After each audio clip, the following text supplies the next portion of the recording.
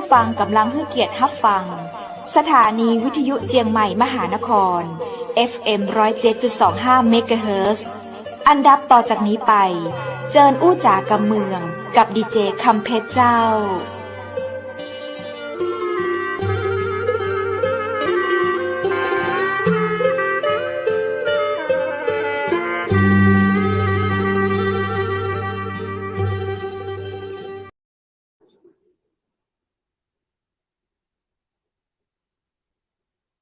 สวัสดีคุณผู้ชมที่ฮักและกระเตืองหาจัดนักนะเจ้ายินดีต้อนรับเข้าสู่รายการอู้จ่ากำเมืองตังเจียงใหม่มหานครแพร่ภาพออกอากาศจากอาคารวังสิงห์คำอำเภอเมืองจังหวัดเชียงใหม่เจ้าคุณผู้ชมเจ้าปีกฟ้ากับข้าเจ้าดีเจคำเพชรเจนเกยนะเจ้าเวลา 20:00 นถึง 21:00 นเจ้ากับรายการดีๆมีสาระมาอุ้ยมาจากกำเมืองด้วยกันนะเจ้าแต่เฮาก็มีแขก VIP ประจำกูวันจันทร์วันอังคารวันพุธและวันพฤหัสบดีเจ้ามีมาจากภาคใต้ภาคเหนือภาคกลางภาคอีสานทั่วสารทิศของประเทศไทยแล้วก็ต่างประเทศก็มีตัวนะเจ้าคุณผู้ชมคุณผู้ฟังเจ้าวันนี้คุณผู้ชมติดตามรับฟังทางช่องเพจเชียงใหม่มหานคร Facebook เชียงใหม่มหานครและ YouTube เชียงใหม่มหานครทักทายคุณผู้ฟังทาง FM 107.25 เชียงใหม่มหานครตัวนะเจ้าที่ติดตามรับฟังทางคลื่น FM 107.25 นะเจ้าถ่ายทอดตึงรายการสดผ่านสถานีวิทยุแล้วก็ผ่านช่องออนไลน์ที่ข้าเจ้าเอ่ยมานะเจ้าท่านใดฟังทางใดก็เอิ้นจากันมาได้นะเจ้าจะเป็นทางเพจ Facebook YouTube หรือว่าจะเป็นทางคลื่นก็ยินดีนะเจ้าหรือว่าจะต้องการอู้จาหน้าไม้หลังไม้เนาะทักทายกันมาได้กับทีมงานจังใหม่มหานครคุณผู้ชมเจ้าวันนี้เฮาปาการวันพุธที่9เดือนมีนาคม2565จะว่าไปช่วงนี้ก็เข้าสู่ฤดูร้อนอย่างเป็นทางการแล้วก็หาเนาะการเข้าสู่ฤดูร้อนเฮาดูตามข่าวแล้วนะเจ้ามักจะมีพายุเนาะต้อนรับฤดูร้อนกะจะได้เนาะส่งท้ายฤดูหนาวการเปลี่ยนแปลงฤดูกาลนะเจ้าดูแลรักษาสุขภาพกันด้วยเนาะบ่ว่าจะเป็นการดูแลในเรื่องของร่างกายนะเจ้าสุขภาพนี่ก็สำคัญหรือว่าบ้านหอห้องเรือนต่างๆนะเจ้าขับรถขับลาไปที่ไหนก็ให้ระมัดระวังเนาะในช่วงนี้ฝนฟ้าคะนองอาจจะเกิดขึ้นได้ซึ่งไม่ใช่หน้าฝนแต่เป็นช่วงเข้าสู่ฤดูร้อนก็จะเป็นในเรื่องของพายุที่ผิดฤดูอันนี้มันจะยิ่งน่ากลัวมากกว่าในฤดูกาลนั้นๆแหมนะเจ้าด้วยความรักและเป็นห่วงเป็นใยคุณผู้ชมและคุณผู้ฟังที่รักทุกคนทุกท่านเจ้าข้าเจ้าดีเจคำเพชรมาอู้มาจ่าแล้วเนาะข้าเจ้าก็จะมีแขกรับเชิญแขก VIP นะเจ้าดีเจวูดนะเจ้ามาอู้มาจ่าตวยซึ่งวันนี้เจ้าตังทีมงานเชียงใหม่มหานครเฮานั้นก็ได้รับเกียรติจากว่าที่ร้อยตรีพานุวัฒน์ขัดนาคผู้อำนวยการการท่องเที่ยวแห่งประเทศไทยสำนักงานจังหวัดแม่ฮ่องสอนเจ้ายินดีปะกับท่านเลยยินดีและต้อนรับเข้าสู่รายการเชียงใหม่มหานครสวัสดีเจ้าสวัสดีครับคุณดีเจคำเพชรครับคุณครับสวัสดีครับผมสวัสดีครับผอครับผมสวัสดีครับผมขอสมาร์เตอร์ครับเพราะว่าอู้เมืองอู้เหนือบ่จ้างนะครับอยู่เหนือมาหลายจังหวัดแล้วเราเจ้าคุณผู้เจ้าเฮาเคยอู้กับผอ.ใช่ครับจำได้ท่านเมื่อสัปดาห์แรกๆของการที่ท่านย้ายจากจังหวัดน่านไปจังหวัดแม่ฮ่องสอนมันก็เจ้าครับผมเมื่อเดือนตุลาคมนะครับผมครับอ๋อเดี๋ยวนี้ผ่านมานี้ประมาณกี่เดือนตุลาพฤศจิกามกรากุมภามีนาเข้าเดือนที่6แล้วครับผมยังค่ะแสดงความยินดีตัวเจ้าได้ไปอยู่เมืองแม่ฮ่องสอน6ใกล้จะ6เดือนนี้เป็นไดพ่องเจ้าผมบอกได้เลยฮะว่าจริงๆแล้วแม่ฮ่องสอนเป็นเมืองที่น่าอยู่มากนะครับจริงๆถ้ามาอยู่นี่แล้วเนี่ยไม่เคยคิดย้ายขอไปไหนแน่นอนนะครับจริงๆถ้าอยู่ได้นานก็จะอยู่นะครับเป็นเมืองที่น่ารักนะครับเป็นเมืองที่เรียกว่าความเจริญมาทำลาย วัฒนธรรมของเราไม่ได้เรายังรักษานะฮะวัฒนธรรมความเป็นอยู่วิถีชีวิตอาหารการกินการแต่งกายเนี่ยผมก็พยายามใส่เสื้อมาโชว์นะฮะการแต่งกายอาหารการกินภาษาพูดแต่ว่าที่เนี่ยจะพูดกลางกับพูดภาษาไทยหรือไทยใหญ่นะครับภาษาเมืองอาจจะพูดกันน้อยหรือว่าทางไปทางแม่เสลียงอะไรนี้ก็จะมีอู้เมืองอยู่นะครับแต่ว่าทางในตัวโซนในเมืองและทางปลายนี่ก็บ่ได้อู้เมืองมีทางปลายบางส่วนก็จะอู้เมืองอยู่นะครับแต่ที่เนี่ยน่าอยู่แล้วเป็นเมืองปลอดภัยนะครับบอกได้เลยว่าท่านเรียกว่ากุญแจคาอยู่ที่รถเนี่ยรถไม่มีหายนะครับถ้าเรียกว่าสตาร์ทเครื่องคาไว้เขามาดับกุญแจให้นะว่าประหยัดน้ำมันแล้วก็จะเหม็นควันรถก็ยังอยู่นะครับเป็นเมืองปลอดภัยมากสถิติเรื่องของอาชญากรรมอะไรเราไม่มีนะครับที่นี่นะแล้วก็ค่าของชีพเรียกว่าไม่แพงถ้าน้องได้มาเที่ยวเนี่ยผมเรียนเลยว่าแม่ฮ่องสอนมีความคุ้มค่าเงินมากนะครับจริงๆถ้ากินอยู่อย่างประหยัดเนี่ยถ้าเดินในตลาดเลือกซื้อของเป็นเนี่ย100 บาทเนี่ยก็อยู่ได้ทั้งวันนะพูดถึงสบายครับที่พักก็ไม่แพงนะครับของจังหวัดแม่ฮ่องสอนนี่ก็มีที่พักหลายรูปแบบนะครับส่วนใหญ่แล้วเนี่ยที่พักก็ราคาหลักร้อยหลักพันหลักหมื่นมีบ้างนะครับแต่ว่าวิวหลักล้านนะครับไม่ว่าจะเป็นหลักร้อยหลักพันเนี่ยวิวหลักล้านอากาศก็หลักแสนหลักล้านนะครับเราเป็นเมืองเขาเรียกว่าเมืองในหมอกนะครับหมอก3ฤดูเนี่ยคำว่า3ฤดูจริงๆเนี่ยสมัยก่อนเนี่ยเป็นหมอกทั้ง3ฤดูจริงๆไม่ใช่ว่าเป็นเรื่องหมอกฟันเหมือนสมัยนี้นะครับอันนี้ก็เป็นสิ่งที่ยอมรับนะครับแต่ว่าสมัยก่อนเนี่ยแม้กระทั่งหน้าร้อนเองก็ยังมีหมอกให้เราได้สัมผัสแล้วก็หน้าร้อนที่นี่อยู่กันแบบสบายๆไม่ต้องติดแอร์ไม่ต้องเปิดแอร์ด้วยซ้ำแต่ด้วยสภาพอากาศสภาพสิ่งแวดล้อมของโลกที่มันเปลี่ยนไปครับก็เป็นไปตามสภาพที่เห็นอยู่ตามปัจจุบันนะครับแต่จริงๆเนี่ยหน้าร้อนก็มาเที่ยวได้นะครับที่นี่นะครับวันนี้ผมเช็คสภาพอากาศนะครับจากแอร์โฟร์ไทยเนี่ยก็เรียกว่าอยู่ในเกณฑ์คุณภาพอากาศที่เป็นปานกลางนะครับก็ถือว่าอยู่ในเกณฑ์ที่ดีนะครับแล้วก็ทางจังหวัดเองเนี่ยก็พยายามที่จะเรียกว่าใช้มาตรการทุกวิถีทางนะครับที่จะทำให้คุณภาพอากาศของจังหวัดแม่ฮ่องสอนเนี่ยอยู่ในเกณฑ์ที่อยู่ในเกณฑ์ดีแล้วก็ดีมากด้วยซ้ำนะครับแค่ปานกลางจริงๆก็ยังไม่เพียงพอนะครับแต่เนี้ยก็ต้องเข้าใจโดยสภาพธรรมชาติเพราะเราติดกับชายแดนประเทศเพื่อนบ้านด้วยนะครับอากาศบ้านเราเป็นท้องกระทะอากาศที่เข้ามาก็เกิดการขังได้นะครับก็โชคดีที่เรียกว่ามีเทวดาช่วยเราอยู่ 2-3 ครั้งแล้วก็ทำให้สภาพอากาศลงมาดีเลยนะฮะอันนี้ก็เป็นสิ่งที่ดีแล้วก็พี่น้องประชาชนชาวแม่ฮ่องสอนเนี่ยหลายๆท่านก็ให้ความร่วมมือนะครับในเรื่องของการช่วยกันดูแลปัญหาแบบนี้นะครับตอนนี้ในเรื่องของสถานการณ์การท่องเที่ยวผมแย่งหน้าที่ดีเจทำไม่อยากฟังอยู่แล้วเนาะครับผมก็เล่าถึงว่าเรื่องของสถานการณ์ท่องเที่ยวครับตอนนี้ของแม่ฮ่องสอนเรียกว่ากระเตื้องขึ้นมานะครับแล้วก็ถ้าเทียบกันในช่วงเดียวกันเนี่ยตั้งแต่เดือนตุลาเป็นต้นมาเนี่ยนักท่องเที่ยวก็เริ่มเข้ามาเยอะนะครับเราจะไม่ไปเทียบกับปี63-64ที่คือที่เทียบกันเนี่ยมันสูงกว่าริบลิ่วแน่นอนนะแต่ว่า63-64เป็นภาวะที่มันผิดปกติเราเลยไปเทียบกับปี62เพราะว่าเป็นภาวะปกติเนี่ยนะฮะตั้งแต่เดือนตุลามาเนี่ยกลับมาไล่เลี่ยกันใกล้เคียงถึงแม้จะยังไม่เท่าของปี62นะครับแต่ว่าอัตราเนี่ยเรียกว่าสูงใกล้เคียงกันนะครับเกือบไปเท่าของปี62นั้นก็แสดงว่า1เนี่ยความเชื่อมั่นของนักท่องเที่ยวกลับมาแล้วนะครับกับ2เนี่ยตัวดีมานด์กับซัพพลายสัมพันธ์กันก็คือว่าในส่วนของทางผู้ประกอบการเองในตัวของแหล่งท่องเที่ยวเองเนี่ยก็พร้อมแล้วก็เปิดรับนักท่องเที่ยวได้อย่างเต็มที่นะครับตอนนี้แม่ฮ่องสอนเนี่ยก็ฉีดวัคซีนกันไปเยอะนะฮะครอบคลุมตามมาตรฐานของทางประเทศที่ได้กำหนดไว้เรียบร้อยนะครับนั้นแต่ละบ้านแต่ละชุมชนเนี่ยพร้อมเปิดรับนักท่องเที่ยวได้เดินทางมาท่องเที่ยวอย่างชัดเจนนะครับครับผอครับอย่างนี้ผมถามนิดนึงตอนนี้เริ่มมองเห็นนักท่องเที่ยวต่างชาติเข้ามาหรือยังครับเข้ามาแล้วฮะตอนนี้นักท่องเที่ยวต่างชาติเนี่ยเท่าที่ผมเห็นนะฮะก็แน่นอนว่าเป็นสัดส่วนที่เยอะอยู่ที่อำเภอปายนะครับแล้วก็จะมีบางส่วนเนี่ยที่จากอำเภอปายเนี่ยก็จะเข้ามาที่แม่ฮ่องสอนนะครับแต่แม่ฮ่องสอนเนี่ยยังเป็นสัดส่วนที่ยังไม่มากเท่าไหร่นะครับจากเดิมเนี่ยในสถานการณ์ปกติเลยเนี่ยนักท่องเที่ยวชาวต่างชาตินี่ก็มีเกือบทุกชาตินะครับแต่ส่วนของคนที่ผู้ที่เดินทางเยี่ยมเยือนเข้ามาแม่ฮ่องสอนเนี่ยอยู่เป็นต่างชาติอยู่ประมาณ40%นะครับคือเกือบครึ่งนะครับของนักท่องเที่ยวนะฮะตอนนี้ก็จะมีสัดส่วนเริ่มจากเดือนตุลาเนี่ยประมาณสัก 2% 3% แล้วก็มาติดช่วงโอไมครอนช่วงปีใหม่อะไรอย่างนี้แต่พอหลังจากเนี้ยพอมีการปรับมาตรการการเดินทางเข้ามาได้นู่นนี่นั่นแล้วเนี่ยก็ทำให้สัดส่วนของการ เดินทางของนักท่องเที่ยวเข้ามาเนี่ยก็จะเริ่มขยับขึ้นสูงขึ้นฮะแต่ก็ไปแตะ 10% 20% ก็ถ้าเรียกว่าสถานการณ์ในทั้งโลกเนี่ยปกติแล้วก็เมืองไทยเข้ามาได้เนี่ยผมก็เชื่อว่านักท่องเที่ยวที่จะเข้ามาในพื้นที่ของแม่ฮ่องสอนก็จะกลับเข้ามาได้ตามปกตินะครับโอ้โหนั่นเป็นข่าวที่ดีมากเลยนะครับที่แบบได้ยินว่ามีนักท่องเที่ยวครับนะฮะ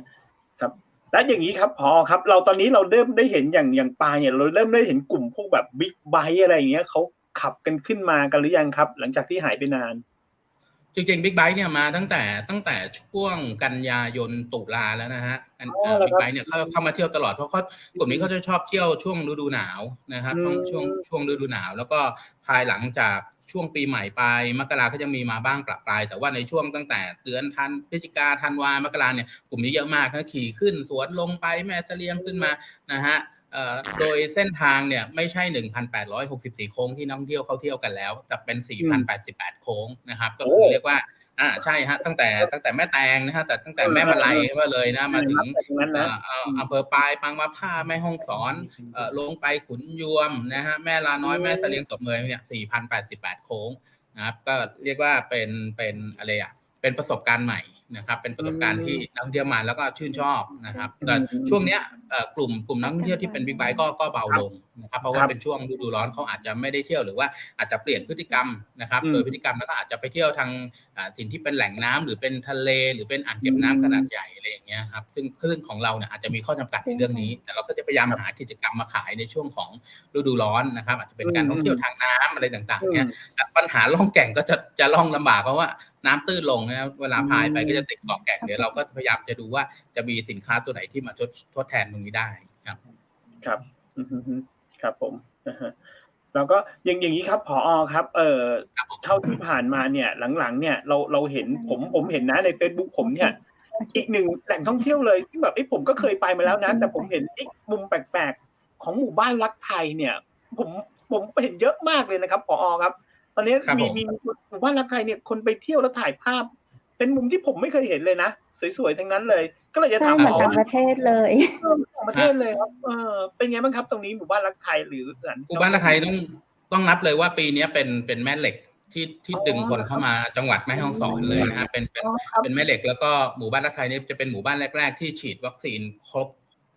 นะฮะครบมากกว่า 90% เนี่ยนะครับก็เรียกว่ามีมาตรการเดินทางเข้าออกที่ให้ความปลอดภัยทั้งผู้อยู่และผู้มาเยือนนะครับรวมไปถึงบรรยากาศอากาศเนี่ยมันส่งไปให้นักเที่ยวได้มาเที่ยวนะครับแม้กระทั่งดาราเซเลบหลายๆท่านก็มาอย่างที่เราเห็นว่าคุณใหม่ดาวิกามาอย่างเงี้ยฮะก็อันนี้ก็ต้องขอบคุณทางไม่ว่าจะเป็นเซเลบดาราหรือหลายๆท่านนะครับที่มาช่วยมาท่องเที่ยวแล้วก็เผยแพร่ความประทับใจของท่านไปสู่เพื่อนสมาชิกต่างๆเนี่ยมีโอกาสก็อยากจะเชิญท่านมาท่องเที่ยวอีกนะครับอันนี้บ้านรักไทยเนี่ยก็เรียกว่าเป็นรูปแบบของวัฒนธรรมจีนยูนนานนะครับที่เขามีการอพยพกันมาหลาย10 ปีแล้วนะครับแล้วก็มีการตั้งรกรากอะไรอยู่ที่นี่นะครับก็ยังสืบทอดลักษณะของรูปแบบวัฒนธรรมไม่ว่าจะเป็นสถานที่อยู่เราเห็นชัดเจนนะฮะโครงสร้างสถาปัตยกรรมต่างๆเนี่ยแรกเริ่มเดิมทีที่นี่เป็นบ้านดินด้วยซ้ำนะครับมีอ่างเก็บน้ำที่สวยงามมีภาพล่องเรือแบบเป็นเก๋งจีนแล้วก็มีไอ้น้ำลอยขึ้นมาจากอ่างเก็บน้ำแล้วเราก็ต้องไปแต่งชุดจีนให้เข้ากับบรรยากาศรับประทานอาหารจีนนะขาหมูมันโถหมูพันปีก้านเห็ดทอดอะไรต่างๆซึ่งเป็นอาหารที่เขาเป็นลักษณะของพื้นถิ่นใช้วัตถุดิบในท้องถิ่นเนี่ยมาประกอบอาหารนะครับที่เนี่ยพอไปเสร็จแล้วก็จะได้เรื่องของกิจกรรมการท่องเที่ยวนะครับก็มีรถมอเตอร์ไซค์พ่วงที่สามารถที่จะนำชมรอบหมู่บ้านในบรรยากาศแบบนั่งอยู่ในเก๋งจีนเหมือนสมัยก่อนที่เขาแบกเสลี่ยงอะไรเงี้ยแต่สมัยที่เขาไม่ได้ใช้เสลี่ยงจะใช้เป็นมอเตอร์ไซค์ก็ประยุกต์เอาแต่มันได้บรรยากาศนะครับแล้วก็ได้อากาศที่ดีนะครับแม่ฮ่องสอนเราไม่ได้มีโรงงานอุตสาหกรรมไม่ได้มีโรงงานที่ปล่อยก๊าซคาร์บอนอะไรต่างๆอย่างเงี้ยนะครับดังนั้นเนี่ยส่วนใหญ่เราอยู่กับธรรมชาติงั้นสภาพอากาศก็จะเย็นสบายมีอากาศที่ดีด้วยโหนี่แหละเป็นเสน่ห์ของแม่ฮ่องสอนเหมือนกันนะครับโดยที่แบบไม่มีโรงงานอุตสาหกรรมนะตรงนี้แบบสิ่งที่คนแบบอยากจะไปเที่ยวมากครับอย่างนี้ครับพอครับอย่างนี้แสดงว่าตอนนี้แม่ฮ่องสอนเนี่ยเราทุกอำเภอของแม่ฮ่องสอนเลยเนี่ยเราสามารถเที่ยวได้ทั้งปีแล้วใช่ไหมครับตอนนี้ไม่ใช่แค่หน้าหนาวอย่างเดียวใช่ที่เที่ยวได้ทั้งปีนะครับแล้วก็แม่ฮ่องสอนเนี่ย7 อำเภอเนี่ยเรียกว่า สามารถเที่ยวได้ตลอดปีแล้วก็ยังจะมีกิจกรรมให้เราได้เที่ยวได้ตลอดปีด้วยตอนนี้งานประเพณีอะไรต่างๆก็เริ่มที่จะฟื้นกลับเข้ามานะครับเพราะแม่ฮ่องสอนเนี่ยจริงๆก็มีความเป็นชาติพันธุ์เยอะใช่ไหมครับมีทั้งชนเผ่ามีทั้งชาติพันธุ์เรียกว่าเยอะที่สุดในประเทศไทยด้วยซ้ำนะครับนั้นแต่ละชาติพันธุ์แต่ละชนเผ่าเขาก็จะมีลักษณะของรูปแบบประเพณีพิธีกรรมที่มีความแตกต่างกันไปในแต่ละช่วงแต่ละเดือนนะฮะดังนั้นเนี่ยงานพวกนี้ก็จะเริ่มกลับเข้ามานะครับโดยเฉพาะช่วงที่กำลังจะถึงนี้นะช่วงที่ผ่านมาก็จะเป็นเทศกาลเปิดเมืองไทยนะครับซึ่งเลื่อนมาจากปีที่แล้วเนี่ยก็มาเปิดในปีนี้นะครับก็ได้รับการตอบรับจากนักท่องเที่ยวเป็นอย่างดีนะมีคนเข้ามาเที่ยวจากการทำประเมินผลของเราเนี่ยเราเก็บข้อมูลคนที่เดินทางเข้ามาเที่ยวงานเนี่ยนะฮะ 60% เป็นคนนอกพื้นที่นะฮะคือหมายว่าเป็นคนที่ไม่ได้อยู่ในแม่ฮ่องสอนนะฮะเป็นคนที่มาจากต่างจังหวัดนะฮะจากประเทศไทยเนี่ยก็มีคนเดินเข้ามาทั้งอาจจะเรียกว่าบางส่วนอาจจะไม่ได้มาทำแบบประเมินกับเราด้วยซ้ำแต่ว่าจากกลุ่มตัวอย่างส่วนหนึ่งที่เราได้ทำเนี่ย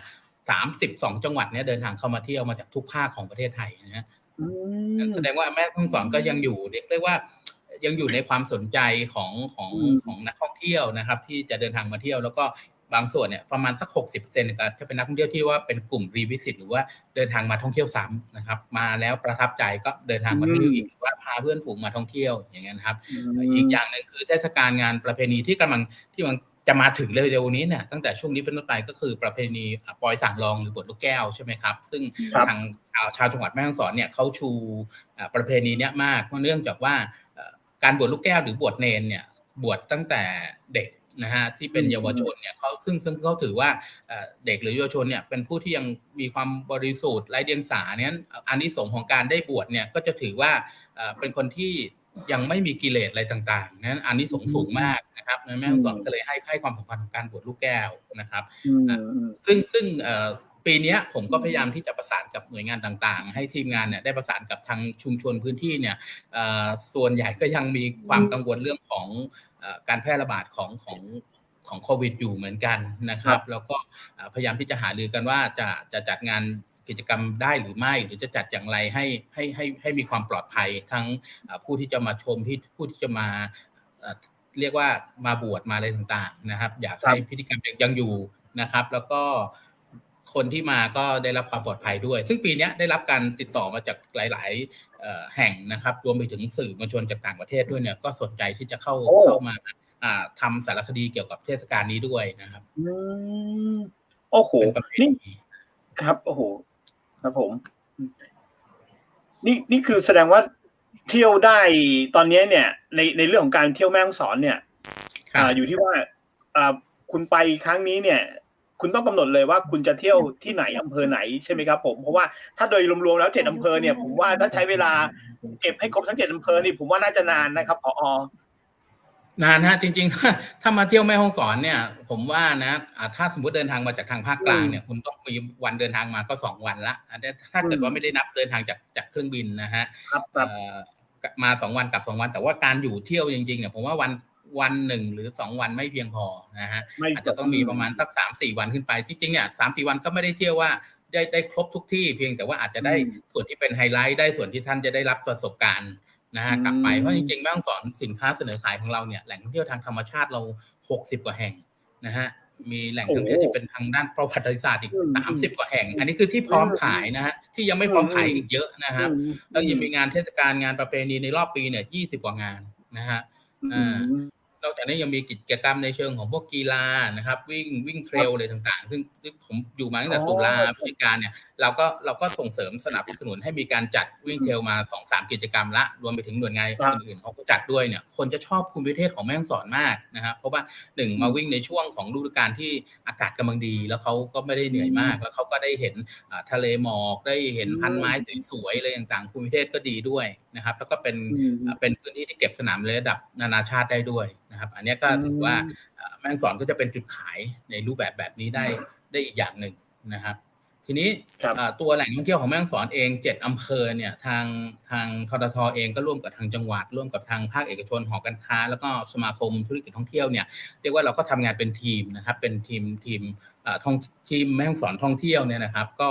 ขมวดธีมในเรื่องของ7อำเภอไว้ไม่เหมือนกันนะครับงั้นท่องเที่ยวเนี่ย ที่มาเที่ยวแม่ฮ่องสอนก็จะได้รับประสบการณ์นะครับความประทับใจที่อาจจะไม่เหมือนกับที่อื่นอย่างแม่ฮ่องสอนเนี่ยเรียกง่ายๆเลยว่าเราเป็นเมืองแห่งความศรัทธาใช่ไหมครับเป็นเมืองแห่งความศรัทธาเพราะว่าจะสังเกตว่าในเมืองเนี่ยเรามีวัดวาอารามต่างๆเยอะแยะมากมายรวมไปถึงเทศกาลงานประเพณีที่เป็นเอกลักษณ์นะครับไม่ว่าจะเป็นเรื่องของปอยต่างรองนะปอยเดือน11จองคาราอะไรต่างๆเนี่ยไม่มีที่ไหนมีฮะในประเทศไทยเนี่ยแม่ฮ่องสอนที่เดียวถ้าจะมาก็ต้องมาที่นี่นะครับถูกไหมฮะนี่คือเมืองแห่งความศรัทธาวัดวาอารามต่างๆก็ไม่ใช่ว่าสักแต่ว่าสร้างวัดแต่ว่าวัดแต่ละวัดที่สร้างเนี่ยมีความเป็นมามีความเรื่องราวประวัติมีเรื่องราวที่ฟังแล้วก็อู้หูเหมือนกันนะฮะเรามีพระพุทธรูปองค์ใหญ่นะหลวงพ่อใหญ่เนี่ยที่วัดจองคำเนี่ยนะครับก็สร้างมาตั้งแต่ปี2370วัดนี้นะครับแล้วเหตุที่ชื่อวัดจองคำก็เพราะว่ามีการค้นพบเสาของวัดเนี่ยมีแผ่นเงินที่จารึกเป็นชื่อของวัดว่าวัดจองคำนะครับแล้วหลังจากนั้นเนี่ยชานกะเลซึ่งต่อมาก็ได้เป็นเจ้าเมืองเนี่ยเขาก็ได้มาสร้างวัดนี้ต่อนะครับแล้วก็ภายหลังก็มีการสร้างพระองค์นี้ขึ้นมาซึ่งเป็นการจำลองมาจากพระศรีสักยมุนีนะครับที่วัดสุทัศน์วนารามนะครับเป็นการจำลองขนาดเข้ามานะครับก็มีความสวยงามนะครับแล้วสูง 5.6 เมตรนะครับกว้าง 4.81 เมตรหรือไงเนี่ยนะครับผมจำตัวเลขไม่แน่นอนนะครับแล้วก็ยังมีวัดที่ติดกันก็คือวัดจองกลางเนี่ยวัดจองกลางก็เหมือนเป็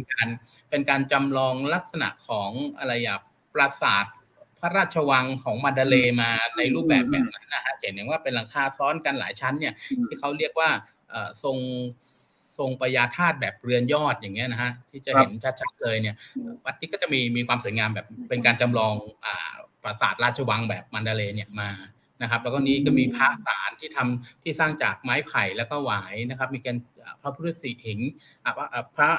ระพุทธรูปแบบเชียงแสนนะครับแล้วก็มีตุ๊กตาไม้ที่นำมาจากพม่านะครับตุ๊กตาที่เป็นแกะสลักลอยตัว360องศาเนี่ยเป็นตุ๊กตาไม้แล้วก็จำลองเกี่ยวกับเรื่องราวของนิทานชาดกนะครับของพระพุทธเจ้าเนี่ยนะครับก็เยอะนะฮะแล้วก็เรียกว่าเป็นประติมากรรม100ตัวซึ่งหาที่ไหนยากส่วนใหญ่จะเป็นภาพกิจกรรมฝาผนังแต่ที่นี่เป็นไม้แกะสลัก100ตัวเลยนะครับจัดมาแต่งเป็นรูปร่างเรื่องราวได้นะครับในชาติสุดท้ายของพระพุทธเจ้านะครับแล้วก็ยังมีภาพเกี่ยวกับพระพุทธประวัติเนี่ยนะฮะแต่ไม่ใช่ภาพที่เขียนธรรมดาเป็นภาพที่เขียนหลังกระจกเขียนด้านหลังนะครับไม่ใช่เขียนใส่กระดาษแล้วก็กระจกไปปิดเนี่ยเขียนจากหลังกระจกนะครับนั้นอาจจะต้องมีการเขียนกับด้านอะไรต่างๆนะครับแล้วก็มาอันนี้เป็นภาพที่นำมาเข้ามาจากทางพม่าด้วยนะครับตั้งแต่สมัยก่อนครับนะแล้วยังมีวัดหูเวียงเนี่ยอันนี้ที่สำคัญเมื่อสักครู่ที่นำพระเจ้ารูปพระพุทธรูปขึ้นมาคือพระเจ้าพาราลักแข่งนะฮะพระเจ้าพาราลักแข่งเนี่ยก็เป็นการจำลองมาจากทางมันดาเลด้วยเหมือนกันผมจำไม่ได้ว่าเป็นเมือง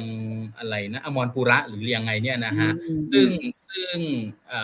ก็มีตำนานเล่าว่าพระเจ้าอมรปุระเนี่ยก่อนที่จะสร้างพระองค์นี้ท่านได้ไปเข้าเฝ้าพระพุทธองค์นะฮะว่าขออนุญาตจำลององค์พระเนี้ยเป็นตัวแทนของพระพุทธองค์พระพุทธองค์ท่านก็ทรงประทานอนุญาตแล้วก็ประทานลมหายใจมาด้วยอย่างเงี้ยนะครับแล้วก็น่าสนใจใช่น่าสนใจก็เลยกลายเป็นตำนานว่าพระองค์เนี้ยพระพุทธรูปองค์นี้เป็นพระพุทธรูปที่มีลมหายใจนะครับรวมไปถึงพระพุทธรูปองค์นี้ก็ไปจำลองมาจากพม่าอีกครั้งหนึ่งนะครับซึ่ง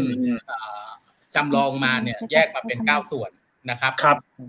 ถ่ายเรือมา9ลำนะครับล่องมาตามสารวินแม่น้ำปลายต่างๆก็จนมาขึ้นที่ท่าโป่งแดงของเราแล้วก็นำพระองค์ท่านเนี่ยไปประกอบนะครับที่วัดพระนอนแล้วก็อัญเชิญมาที่นี่นะครับก็มีความอัศจรรย์ว่าระหว่างของอัญเชิญมาเนี่ยจะมีฝูงผึ้งขนาดใหญ่เนี่ยมาบินล้อมนะแต่ว่าไม่ได้ทำร้ายผู้คนอะไรนะครับแล้วก็เหมือนกับว่ามาสร้างให้เกิดร่มเงามาพัดให้เกิดความเย็นต่างๆจนแผ่มาถึงวัดฝูงผึ้งก็หายไปอย่างเงี้ยนะครับแล้วพระเจ้าองค์นี้นะฮะสร้างจากทองเหลืองนะครับมีน้ำหนักรวมนะฮะ999กิโลกรัมโอ้โหดังนั้นเนี่ยพระพุทธรูปพระเจ้าพาราลักแข่งเนี่ยนอกจากว่าเป็นพระที่มีลมหายใจเพราะได้รับการประทานลมหายใจมาจากพุทธองค์เสร็จแล้วเนี่ยทางพม่าเองเนี่ยเขาก็จะมีการเรียกว่าต้องปฏิบัติต่อท่านเหมือนกับเป็นพระที่มีชีวิตใช่ไหมฮะต้องถวายภัตตาหารเช้าเนี่ยฮะถวายจังหันนะครับแล้วก็จะมีการล้างหน้าพระพักตร์นะครับโอ้ต้องมีการล้างหน้าพระพักตร์ทุกวันครับแต่ว่าที่แม่ฮ่องสอนเราเนี่ยจะทำปีละ1ครั้งนะครับทราบว่าจากทางท่านเจ้าอาวาสว่าปีนี้จะดำเนินการในวันที่18มีนาคม นะครับจะเป็นพิธีล้างหน้าพระพักตร์ของพระองค์พระเจ้าพระราลาแข่งเนี่ยนะครับนะอันนี้ก็เป็นอะไรเป็นเรื่องเล่าเป็นเรื่องที่มีความสำคัญมากนะครับแล้วก็เป็นประวัติศาสตร์ที่อ้างอิงได้อีกวัดนึงเนี่ยที่ไม่น่าพลาดนะครับผมบอกได้เลยว่าคือวัดพระนอนนี่ฮะวัดพระนอนพระเจ้าพระกิงเนี่ยนะฮะก็สร้างโดยเจ้าเมืองไม่ใช่เจ้าเมืองนะครับผู้ปกครองเมืองแม่ฮ่องสอนคนแรกก็คือพระยาสิงหนาถราชานะครับสร้างโดยเจ้าเมืองแต่ว่าท่านสร้างไม่เสร็จนะครับแล้วก็เจ้าเมืององค์ที่2ก็คือพระชายาของท่านนี่แหละผู้ปกครองเมืองคนที่2เนี่ยก็มาสร้างต่อนะครับหลังจากนั้นก็ได้สร้างสิงห์คู่นะฮะก็เรียกว่าสิงห์แม่ฮ่องสอนเนี่ยไว้ที่ด้านหลังต้นทางขึ้นวัดพระธาตุดอยกองมูนะครับก็เรียกว่าเป็นอนุสรณ์ให้รำลึกนะครับถึงพระยาสิงหนาถราชาเนี่ยส่วนพระนอนเนี่ยท่านก็มีลักษณะของความเชื่อว่าเป็นพระพุทธรูปที่ขยับพระวรกายได้อ๋อเหรอครับครับผมมีความยาว11.80 เมตรนะครับ11 เมตร 80 เซนนะครับก็มีตำนานเรื่องเล่าผมยังมีเวลาอยู่ใช่ไหมมีครับหุ่นน่าสนใจมากที่ผอ.เล่ามาครับผมครับน่าสนใจนะครับว่าพระยาสิงหนาถท่านสร้างเสร็จแล้วเนี่ยก็มีตำนานอยู่ว่าปีนึงเนี่ยมีฝนตกหนักมากนะครับแล้วก็หลังคาก็ชำรุดทรุดโทรมปรากฏว่ามีเด็กเลี้ยงควายนะครับมีเด็กเลี้ยงควายเนี่ยเข้าไปพักหลบฝนอยู่ที่นั่นแล้วก็สังเกตเห็นว่าพระองค์ท่านเนี่ยได้มีการขยับพระวรกายหนีน้ำฝนนะครับก็ด้วยความตกใจก็วิ่งไปบอกชาวบ้านนะครับวิ่งไปบอกชาวบ้านก็มาดูกันเต็มเลยบอกว่าเป็นเรื่องที่เห็นพ้องต้องกันแล้วทุกคนอัศจรรย์ใจว่าท่านขยับพระวรกายจริงๆเพราะว่าพระบาทของท่านเนี่ยวางเหลื่อมซ้อนกันไม่เสมอกันเหมือนปกติเหมือนเดิมอย่างเงี้ยนะครับทุกวันนี้พระรูปองค์นี้ท่านก็ยังขยับก็ไม่ใช่ว่าขยับนะฮะ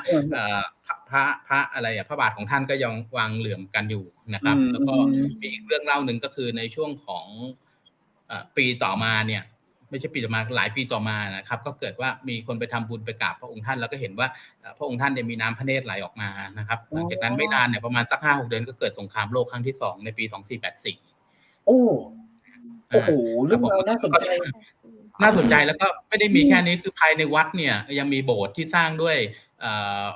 โบสถ์เนี่ยก็จะสร้างด้วยผู้ปกครองเมืองคนที่3นะครับซึ่งโบสถ์เนี่ยจะมีลักษณะของใบเสมาที่เป็นหินเรียงรายสลับซับซ้อนไม่เหมือนกันเนี่ยอันนี้จะเห็นไม่เยอะนะครับมีอีกที่นึงเท่าที่เห็นเป็นรูปแบบนี้ก็คือที่วัดพระสิงห์ที่เชียงใหม่นะครับนะแล้วก็พระเจ้าพระราลากิ่งเนี่ยคือองค์นี้ส่วนองค์ก่อนก็คือพระเจ้าพระราลาแข่งนะฮะที่ว่าจำลองมา9ส่วนเนี่ย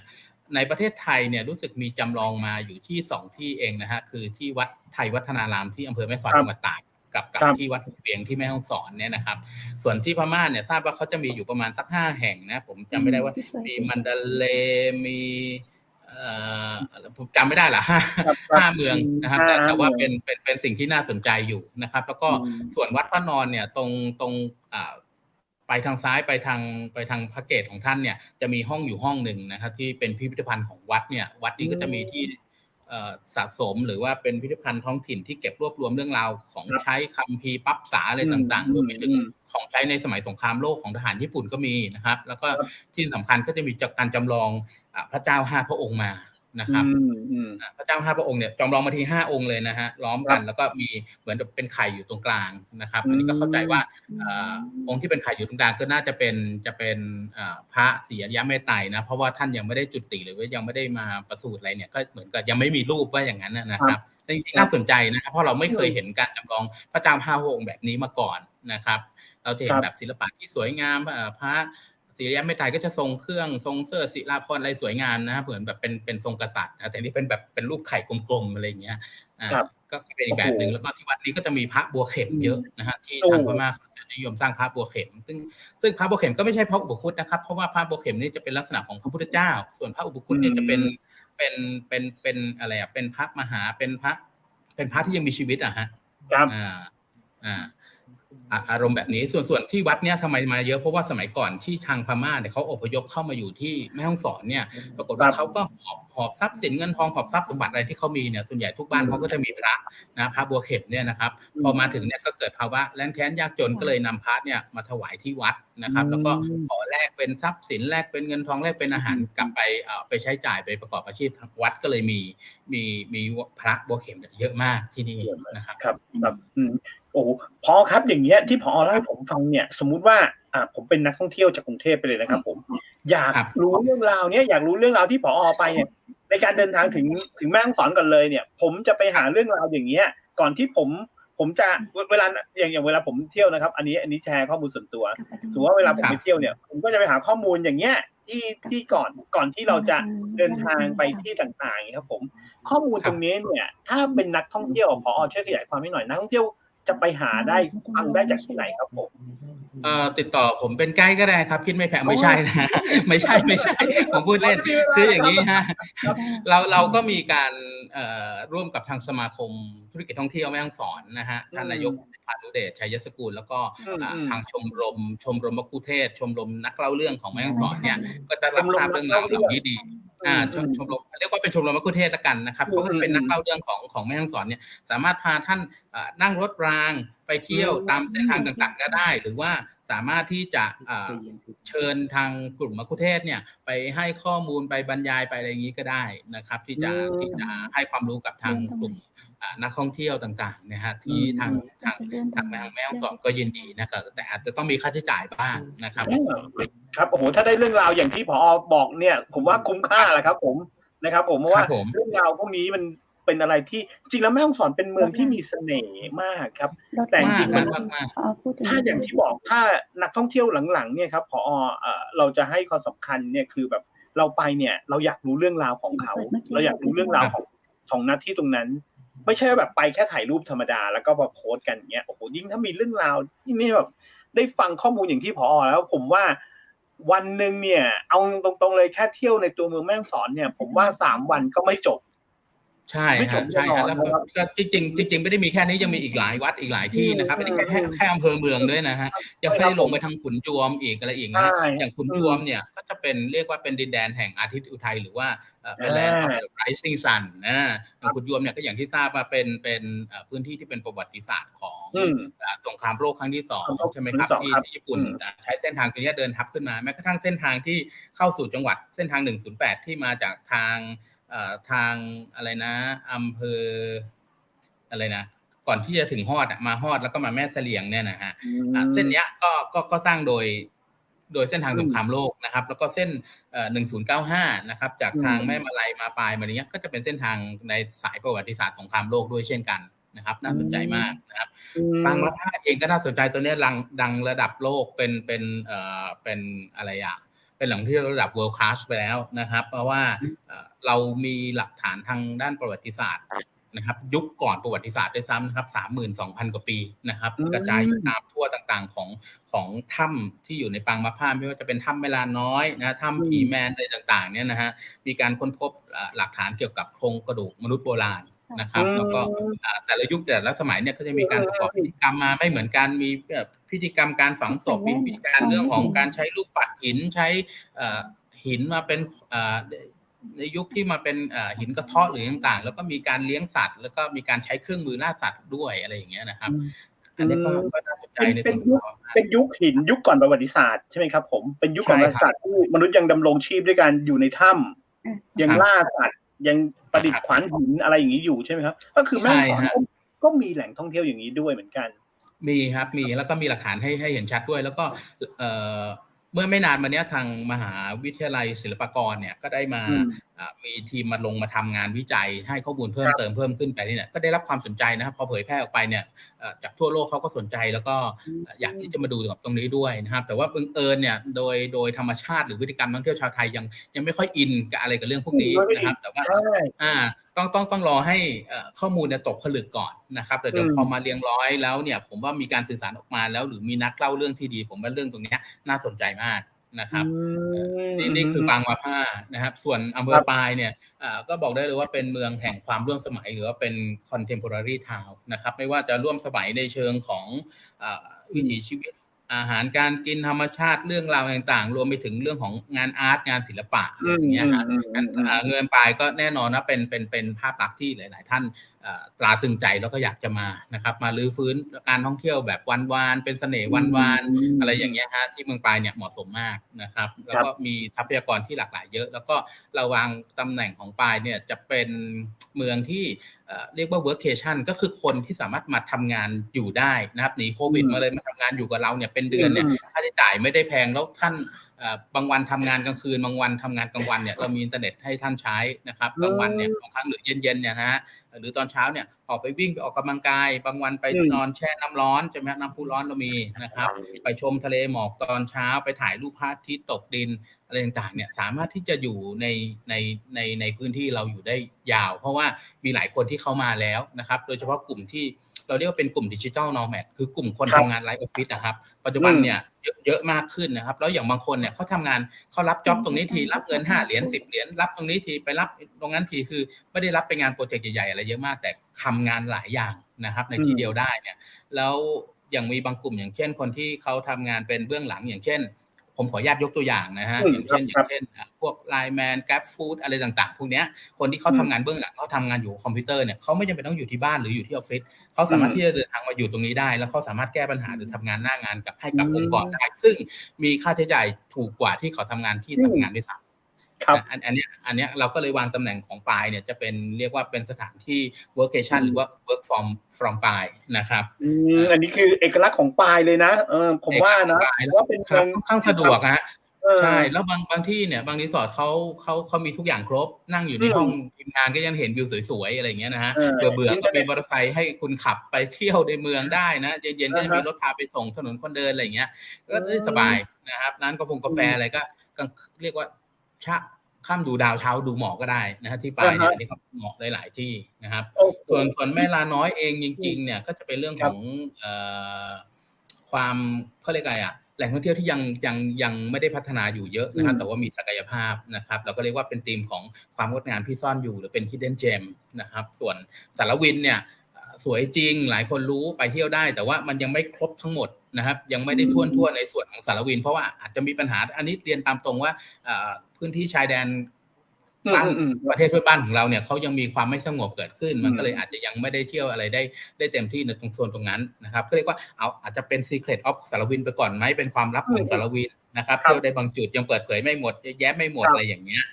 แล้วก็มีเรื่องของแม่เสลียงเนี่ยแม่เสลียงก็มีเรื่องของเกษตรที่สูงเรื่องของจุดถ่ายทำภาพยนตร์เก่าหรือต่างๆพวกนี้ก็มาเที่ยวย้อนวันๆได้เหมือนกันนั้นมันครบทุกอารมณ์ครบทุกบทบาทครบทุกอย่างที่มาแล้วมาแม่ฮ่องสอนแล้วก็จะได้ประสบการณ์แบบอย่างเงี้ยกลับไปนะฮะครับผมโอ้โหเรียกว่าอยู่ที่ว่าคุณกำลังจะคิดถึงอะไรใช่ไหมครับผมถ้าเกิดคุณแบบอยากไปทำงานแบบเป็นครีเอทีฟจ๋าๆเงี้ยนั่งชิลๆให้ไอเดียมันออกเงี้ยคุณไปที่ปายแต่ถ้าเกิดคุณแบบอยากไปศึกษายุคก่อนประวัติศาสตร์อย่างเงี้ยคุณไปปางมะผ้านะครับผมแต่ถ้าเกิดคุณแบบเอาประวัติศาสตร์ใกล้ตัวเรามานิดนึงเช่นอย่างสงครามโลกครั้งที่ 2คุณไปขุนยวมนะครับแล้วก็อีกอันนึงถ้าเกิดแบบอยากรู้เรื่องราวของพุทธศาสนาอย่างเงี้ยอำเภอเมืองเราก็มีนะครับผมใช่ครับอันนี้ยังไม่นับแหล่งท่องเที่ยวใหม่ๆหรือกิจกรรมอะไรต่างๆอีกนะอย่างหนึ่งที่มาอย่างกรอเซโลอย่างเงี้ยครับก็เป็นจุดชมวิวทะเลหมอก2 แผ่นดินอย่างเงี้ยครับก็ได้รับความนิยมมากนะครับแล้วปีนี้เขาก็ปรับปรุงเส้นทางขึ้นไปให้ได้เรียบร้อยแล้วเนี่ยก็นักท่องเที่ยวก็ประทับใจก็ไปเที่ยวกันแล้วก็ยังจะมีดอยจิกจ้องที่จะกำลังจะเปิดนะครับกำลังพัฒนาเส้นทางให้อยู่นะครับอีกไม่นานเนี่ยนักเที่ยวก็จะได้สัมผัสความสวยงามจุดชมวิว360องศาดูดาว360องศาในบรรยากาศแบบท่ามกลางป่าจริงๆแต่เข้าถึงง่ายอะไรอย่างเงี้ยครับเนี่ยต้องรีบติดตามข่าวแล้วก็เดี๋ยวรีบจองกันที่ผมยังไม่ได้พูดถึงเรื่องของประสบการณ์อาหารการกินท้องถิ่นที่อื่นไม่มีนะฮะแต่ว่าไม่ใช่ว่าที่อื่นไม่มีแล้วทานไม่ได้นะเพราะว่าบางอย่างอาหารที่เราเคยเห็นอย่างพวกสาหร่ายไก่หรือต่างบางครั้งเอามาทำท่องเที่ยวไม่กล้ากิน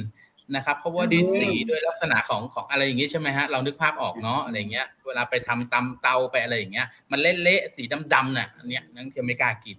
นะฮะแต่ถ้าเกิดเขามีกระบวนการ มีประสบการณ์ในการเข้าไปร่วมทำกับเราอันนี้ไม่แน่เขาจะทานได้แต่อย่างของแม่ฮ่องสอนเนี่ยคือไม่ต้องไปร่วมกับกิจกรรมตรงนั้นน่ะสามารถที่จะพอไปเห็นปุ๊บเฮ้ยอยากกินตรงนั้นเลยเพราะผมยกตัวอย่างถั่วพูซิ่งเนี่ยฮะคุณวุฒิเคยทานไหมไม่เคยครับถั่วพูซิ่งเป็นยังไงเอ่ยครับถั่วพูเนี่ยมันไม่ใช่ถั่วพูอย่างที่เรารู้จักว่าเป็นฝักๆเหมือนบ้านเรานะถั่วพูซิ่งเขาเป็นลักษณะแบบเป็นเต้าหู้ปรุงรสใช่แล้วก็นำไปทอดแล้วก็มีน้ำจิ้มอีกแบบนึงอะไรอย่างเงี้ยอร่อยฮะอร่อยมันจะมีรสชาติในตัวด้วยนะครับแล้วก็ไม่ได้มีกลิ่นเหม็นเลยนะฮะถั่วพูอุ่นก็จะเป็นอีกอย่างนึงคือไม่ใช่ถั่วพูซิ่งแต่ว่าเป็นเหมือนคุณอะไรนะคุณคำเพชรนะฮะอาจจะเป็นเหมือนเป็นซุปนะฮะคล้ายๆเหมือนเป็นซุปถั่วข้นๆอะไรอย่างเงี้ยใส่เส้นก๋วยเตี๋ยวเนี่ยยังไม่เคยชิมยังมามีจิ้นลุงอีกจิ้นลุงก็แบบเป็นหมูสับเอามาบดปั้นเป็นก้อนๆผสมเครื่องเทศอะไรต่างๆแล้วก็ไปทอดเนี่ยมีไก่คลุกวิธีการของเขานะแล้วก็มีข้าวส้มนะข้าวส้มก็เราก็คงจะรู้จักกันแล้วแล้วมีข่างปองเนี่ยภาคกลางเนี่ยภาคกลางผมนึกถึงอะไรนะพวกหัวปลีหรือฟักทองอะไรที่เขามาทอดแล้วเขามาจิ้มกับซอสจิ้มกับน้ำจิ้มกินแต่ที่นี่จะเป็นมะละกอซึ่งเขาปรุงรสแล้วแบบอร่อยในตัวเลยไม่จิ้มก็อร่อยจิ้มก็อร่อยใช่ไหมคุณอเมธข่างปองทานกับขนมจีนอร่อยมากใช่แล้วก็มีข้าวมุนข่วยนะผมกลัวผมพูดผิดจังเลยข้าวมุนข่วยนะขอไข่นะเป็นแบบอันนี้เป็นจะได้เป็นแบบขนมวงของไทยใหญ่แต่ลักษณะคล้ายๆขนมวงบ้านเราแต่วัตถุดิบจะไม่เหมือนกันก็จะมีความเป็นแป้งอะไรอยู่นิดหน่อยแต่ว่าเขาจะทานกับน้ำอ้อยนะครับไฮโซมาได้นึงก็ทานกับน้ำผึ้งอะไรเงี้ยฮะมีอาลาวาสวยทมิงเปงงงอะไรโอ้เยอะมากมายอันนี้เนี่ยถ้านำเสนอในเชิงของ gastronomy tourism หรือว่าการท่องเที่ยวในเชิงอาหารเนี่ยผมบอกเลยแม่ฮ่องสอนกินขาดเพราะว่าได้ทั้งข้าวทั้งหวานเลยนะฮะได้สมุนไพรด้วยอะไรด้วยแล้วยังไม่นับรวมถึงเครื่องดื่มกาแฟที่แบบมีชื่อมานานแล้วด้วยนะครับผมใช่คือตอนเนี้ยกำลังพยายามต้องขอบคุณคุณวุฒิเลยเพราะว่าอยากจะนำเสนอเรื่องของกาแฟโกโก้ของแม่ฮ่องสอนนะครับแล้วก็ชาด้วยแม่ฮ่องสอนมีโกโก้ตัวกับเจ้ามีฮะแม่ฮ่องสอนนี่โกโก้เยอะเลยแล้วตอนนี้ทางมหาวิทยาลัยราชภัฏเชียงใหม่วิทยาเขตแม่ฮ่องสอนเนี่ยเขาเรียกว่าทำการศึกษาวิจัยอยู่แล้วก็ทำรูปแบบของโกโก้ออกมาในลักษณะรูปแบบชีววิถีคือเน้นการใช้เครื่องจักรที่น้อยนะครับจะใช้ลักษณะของคนที่ทำให้เกิดการกระจายรายได้ไปสู่ชุมชนใช่จะไม่ใช้เครื่องจักรจะไม่ใช้อะไรอย่างเงี้ยฮะแล้วก็สามารถทำเป็นช็อกโกแลตบาร์ออกมาให้เราทานได้เลยนะตอนนี้เรากำลังจะคุยกับราชภัฏเหมือนกันเพราะว่าเขาทำแบบคอมพลีทละแต่เราจะทำเสนอขายในรูปของการท่องเที่ยวให้นักท่องเที่ยวมาแล้วได้รับประสบการณ์แล้วก็เอาช็อกโกแลตของแม่ฮ่องสอนเนี่ยโกโก้แม่ฮ่องสอนทำช็อกโกแลตไปฝากเพื่อนอย่างเงี้ยได้นะฮะอันนี้ก็มีความน่ารักนะฮะมีอีกหลายเรื่องที่อำเภอแล้วเจ้ามีหลายอำเภอนะครับตอนนี้นะครับโกโก้ของเรานะครับแล้วก็ตัวกาแฟเนี่ยเรียกว่ายังไม่มีครับก็เป็นการวิจัยของทางราชภัฏอยู่นะครับแล้วก็ทางกาแฟเนี่ยผมว่าเป็นพืชที่ดีที่จะมาช่วยทดแทนการทำเลื่อนลอยนะครับแล้วก็จะช่วยพี่น้องทางด้านการเกษตรเนี่ยทำให้มีรายได้มากขึ้นนะครับแล้วก็กาแฟเนี่ยสังเกตนะฮะมันโดนไฟป่าไม่ได้ครับอาราบิก้าเนี่ยมันต้องการร่มไม้ใหญ่ดังนั้นปลูกกาแฟได้ป่าคืนนะครับผลผลิตกาแฟกิโลนึงก็แพงกว่าข้าวสารอยู่แล้วนะครับตอนที่อยู่ที่น่านเนี่ยมีกาแฟอยู่พันนึงที่เรียกเกอิชานะครับตอนที่ผมไปอยู่ใหม่ๆเนี่ยกิโลละ 8,000 ตอนออกมานี่เขาซื้อกิโลละ10,000แล้วนะฮะโดยที่ยังไม่คั่วเลยนะครับ 10,000 นึงเนี่ยดังนั้นเนี่ยก็เราคิดว่าตัวเนี้ยมันจะมาช่วยอาชีพของเกษตรกรได้เพราะว่าโดย1ลักษณะของอากาศเราไม่แพ้ใคร2ความสูงเราไม่แพ้ใครนะครับนะฮะเชื้อโรคบางอย่างขึ้นมาไม่ถึงด้วยซ้ำนะครับ3แร่ธาตุในดินทรัพยากรในดินไม่แพ้ใครถูกไหมฮะตะกอนภูเขาเลยต่างๆเนี่ยทำให้แร่ธาตุที่นี่ดีด้วยซ้ำนะครับดังนั้นกาแฟที่นี่รสชาติดีเพียงแต่ว่ามันยังไม่ได้ถูกเจรไนนะฮะยังไม่ได้ถูกการรับโอกาสเข้าไปสู่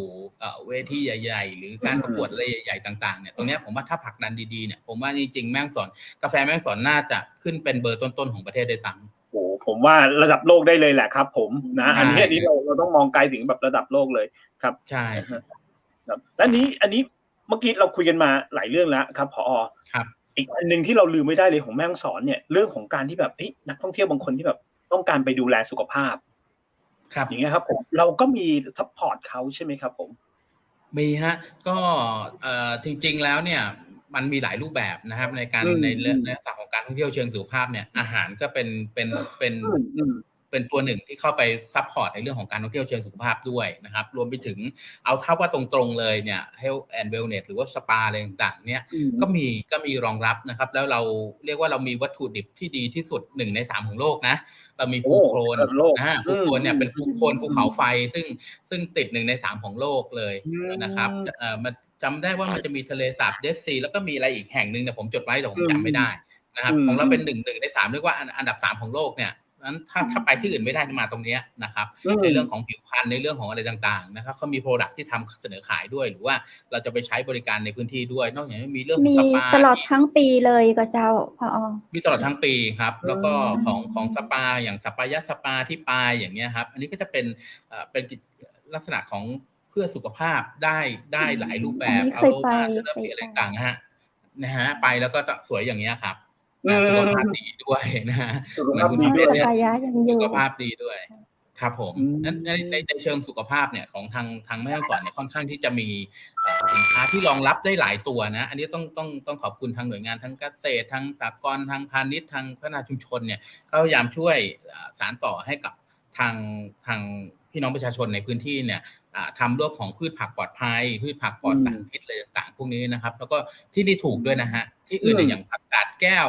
ผักสลัดเนี่ยที่อื่นขายกิโล100กว่าที่นี่3 โล 100แบบมาใหม่ๆสดๆกรอบๆอะไรอย่างนี้เลยอันนี้หลายๆคนมาแล้วติดใจบางคนซื้อใส่แพ็คขึ้นเครื่องกลับไปกรุงเทพเลยอันนี้เรื่องจริงนะครับแล้วต้องขอบคุณว่าการท่องเที่ยวเชิงสุขภาพเนี่ยของแม่ฮ่องสอนก็เรียกว่าไม่น้อยหน้าไม่เป็นรองใครนะครับพูดถึงในเรื่องของเมื่อกี้ว่าเขาแพ็คไปขึ้นสายการบินไปตอนนี้สายการบินนี่มีบินทุกวันก็เจ้าสายการบินเนี่ยเมื่อก่อนเรามีทุกวันนะครับเรามีสายการบินนกแอร์นะฮะอันนี้ต้องขอบคุณนะครับสายการบินของคนไทยเนี่ยก็มาให้บริการพี่น้องประชาชนที่จะเดินทางมาสู่แม่ฮ่องสอนเนี่ยครับตอนนี้มีบินจากดอนเมืองนะครับมาที่แม่ฮ่องสอนเนี่ยก็จะมีวันอาทิตย์วันจันทร์วันพุธวันศุกร์นะครับจันทร์พุธศุกร์อาทิตย์เนี่ยจำง่ายนะครับส่วนเมื่อก่อนเนี่ยก็จะมีอังคารพฤหัสเสาร์เนี่ยจะบินแม่ฮ่องสอนเชียงใหม่แต่เนื่องจากว่าระยะทางก็ไม่ได้ไกลมากแล้วก็ถนนหนทางดีขึ้นเนี่ยคนก็เลยนิยมขับรถมากขึ้นในเส้นนี้นะครับดังนั้นสายการบินก็อาจจะไม่ได้บินในช่วงของเส้นทางแม่ฮ่องสอนเชียงใหม่นะครับนี่อันนี้เป็นเหตุผลที่1กับเหตุผลที่2เนี่ยบางครั้งจุดที่บินไปลงเชียงใหม่แล้วเนี่ยผู้โดยสารเนี่ยเขาไม่ค่อยนิยมนั่งเครื่องที่เป็นเครื่องขนาดเล็กอย่างเครื่อง Q400 เนี่ยเขาจะไปนั่งเครื่องเจ็ตไปอะไรหมดนะครับเพราะฉะนั้นเวลาพอบินจากเชียงใหม่ออกจากเชียงใหม่ไปกรุงเทพอะไรอย่างเงี้ยก็จะมีผู้โดยสารน้อยนั้นก็เลยทำให้เรียกว่ามีไม่คุ้มทุนของการบินอะไรอย่างเงี้ยนะครับก็ผู้โดยสารเองก็ขับรถก็จะคุ้มทุนกว่าด้วยเนาะได้ชมวิวได้จะเลือกเวลาได้อะไรอย่างเงี้ยครับก็คือคุณสามารถบินถ้าหากว่าจะมาวันอังคารเนาะไม่ได้ตรงกับสายการบินได้แม่ฮ่องสอนเฮาบินจากแม่ฮ่องสอนไปกรุงเทพเฮาก็เจ้ารถที่เชียงใหม่มาเนาะเฮาก็บินมาลงเชียงใหม่แล้วเฮาก็เจ้ารถเชียงใหม่ได้ตอนนี้เส้นทางรถเข้าจังหวัดแม่ฮ่องสอนนี้เข้าได้กี่เส้นทางอ่ะเจ้าโอ้จริงๆได้เยอะนะครับเอาว่านับคือนับหัวนับท้ายดีกว่านะแม่ฮ่องสอนอยู่ตรงกลางอย่างเงี้ยถ้าทางเหนือเนี่ยทางเหนือมาจากทางเชียงใหม่เนี่ยจริงๆผมวิ่งทุกเส้นแล้วนะสะดวกที่สุดก็มาจากทางอำเภอแม่แตงมาทางแม่มาลัยใช่ไหมครับเข้าอำเภอปายนะครับแต่ว่าจากทางเชียงใหม่เนี่ยออกมาอีกทีก็คือมาทางเสมิงก็ได้นะครับแล้วก็ขึ้นมาทางกาลยาณิวัฒนาแล้วก็จะมาออกที่อำเภอปายเส้นนี้ก็สวยนะเส้นนี้เส้นทางสวยมากสามารถแวะเที่ยวที่อำเภอกาลยาณิวัฒนาได้เที่ยวเสมิงได้นะครับหลายๆคนก็จะชอบทางเส้นนี้นะครับนี่ก็เป็นเส้นหลักๆที่วิ่งทางเหนือนะฮะส่วนถ้าทางเส้นใต้เนี่ยเส้น108เนี่ยนะครับก็จะมาจากทางไม่ใช่แม่แจ่มจอมทองนะมาจากทางจอมทองใช่ไหมครับก็สามารถที่จะขึ้นมาไปผ่านแม่แจ่มก็ได้แล้วผ่านอินทนนท์ขึ้นมานี่ก็จะมาออกที่ขุนยวมเส้นนี้จะผ่านเส้นสะพานที่สร้างใหม่ที่มีต่อหม้อสูงแล้ววิวสวยเนี่ยตรงนี้เขาเรียกว่าสะพานกิวลมแต่ว่าคนในพื้นที่เนี่ยคนแม่ฮ่องสอนเขาอยากให้เรียกว่าเป็นสะพานอะไรนะขุนยวมคีรีดลนะครับแต่ว่ากรมทางหลวงเนี่ยบรรจุชื่อว่าเป็นสะพานกิวลม นะครับสะพานนี้สวยนะครับแล้วก็ยังไม่ค่อยได้มีใครไปรีวิวไปถ่ายรูปสักเท่าไหร่เลยนะครับใครมาแรกๆนี่ก็จะได้เปรียบนะครับในการไปรีวิวสวยนะครับอันนี้เรียนตามตรงวันนั้นผมขับผ่านไปทีแต่ว่าจำไม่ได้ว่าฝนตกหรือไงเลยถ่ายรูปออกมาไม่สวยแล้วก็ไม่ได้กล้านำมาอวดนะครับเดี๋ยวผมจะหาเวลาไปนะครับถ้าได้มาออกอากาศรอบหน้าผมจะถ่ายรูปให้ดูอันนี้เส้นใต้เส้นที่1นะเส้นใต้เส้นที่2ก็มาทา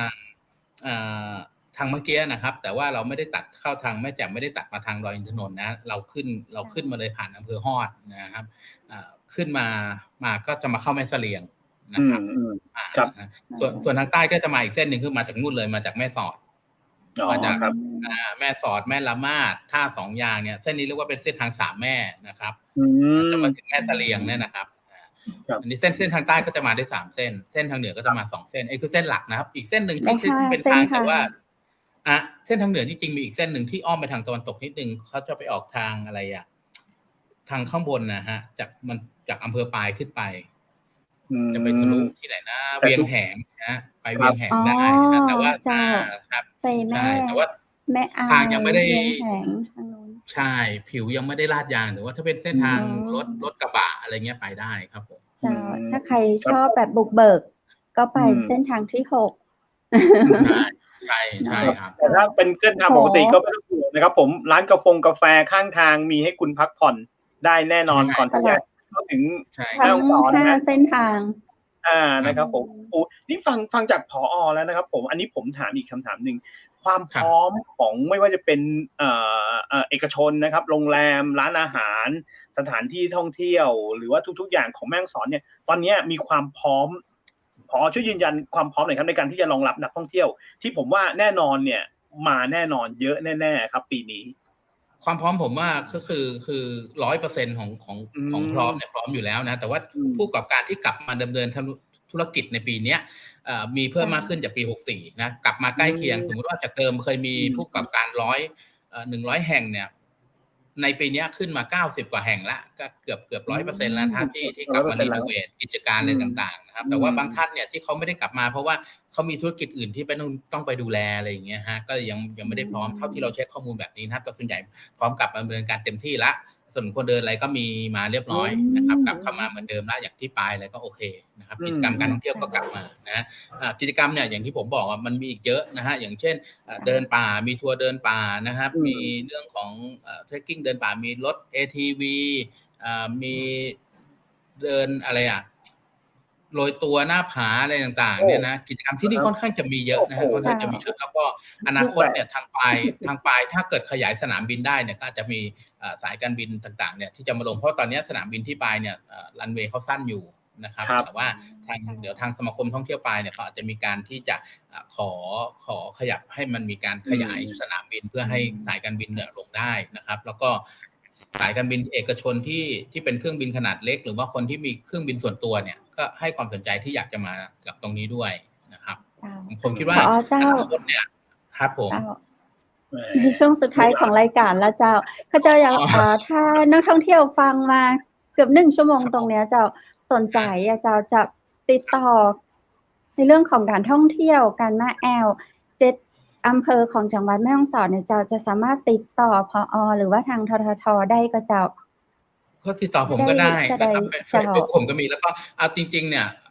ผมเองอาจจะไม่ค่อยมีเวลาได้ตอบนะครับผมก็อยากให้ใช้เป็น Official นะครับของสำนักงานเนี่ยก็จะมีเจ้าหน้าที่ผัดกันตอบอะไรต่างๆนะครับซึ่งตอนนี้ททปรับรูปแบบของการให้ข้อมูลข่าวสารเนี่ยในวันทำการเรายังให้ข้อมูลที่เคาน์เตอร์สำนักงานกับทางโทรศัพท์ได้นะครับรวมไปถึงสื่อออนไลน์ด้วยแต่ว่าถ้าเป็นเสาร์อาทิตย์หรือวันหยุดเนื่องจากคนเราไม่พอนะครับแล้วเราก็ปรับรูปแบบ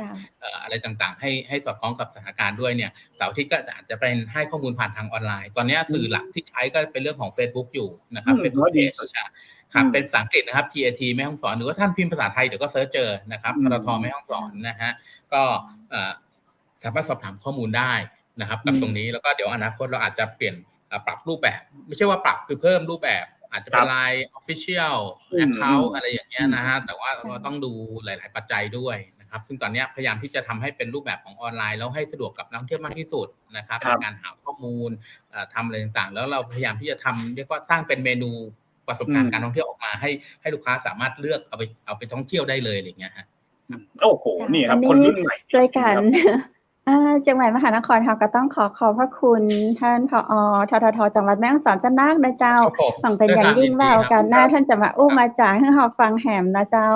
สำหรับวันนี้ขอบคุณสวัสดีเจ้า รอชมภาพสวยๆนะครับผอ.นะครับผม ครับผม ใช่เดี๋ยวเราจะไปลุยแม่ฮ่องสอนกัน ผมรอทางคุณคำเพชรว่าง หรือว่าผม เจ้า ว่าง เราว่างนี่มันอีกยาวไกลนะดีเจวุฒิ ต้องปักหมุดอย่างผอ.แนะนำเราได้เลย6เส้นทาง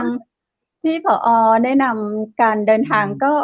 แสดงว่าสะดวกมากเลยเนาะการที่เราจะไปจังหวัดแม่ฮ่องสอนเราอยากไปตรงจุดไหนก่อนอำเภอใดก่อนฟังแล้วได้หมดเลยเนาะปลาย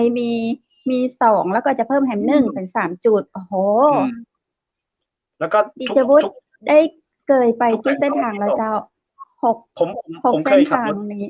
ผมเคยแบบแต่แบบว่าน่าน้อยใจมากแค่ขับรถผ่า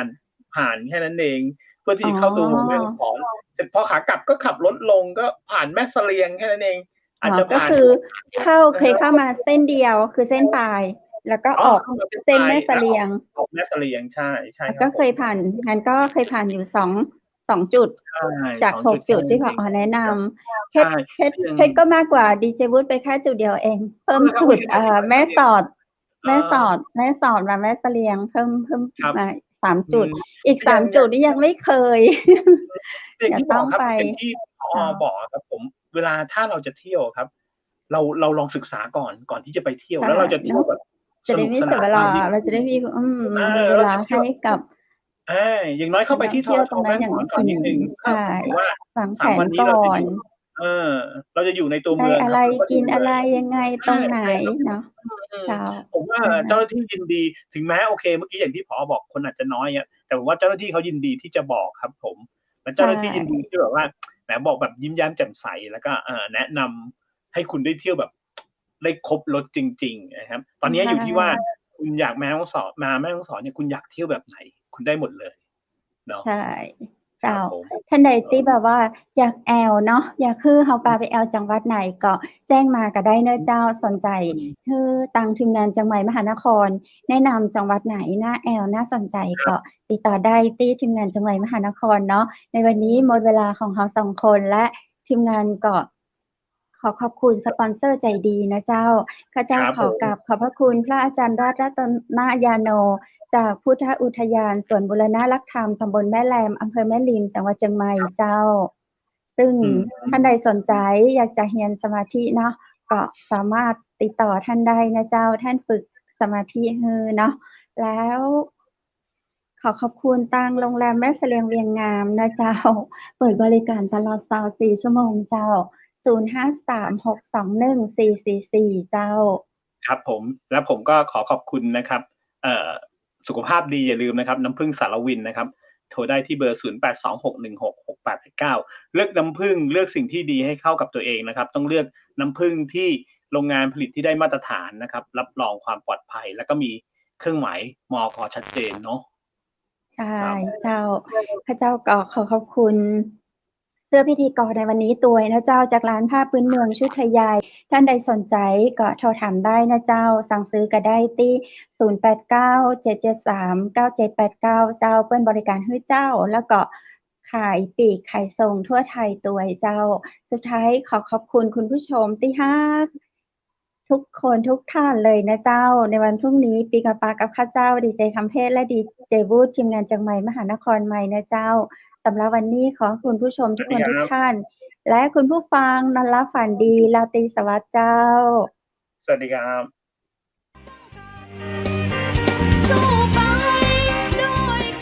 สถานีวิทยุเจียงใหม่มหานคร 107.25 เมกะเฮิรตซ์ขอแสดงความห่วงใยและเป็นกำลังใจให้ทุกท่าน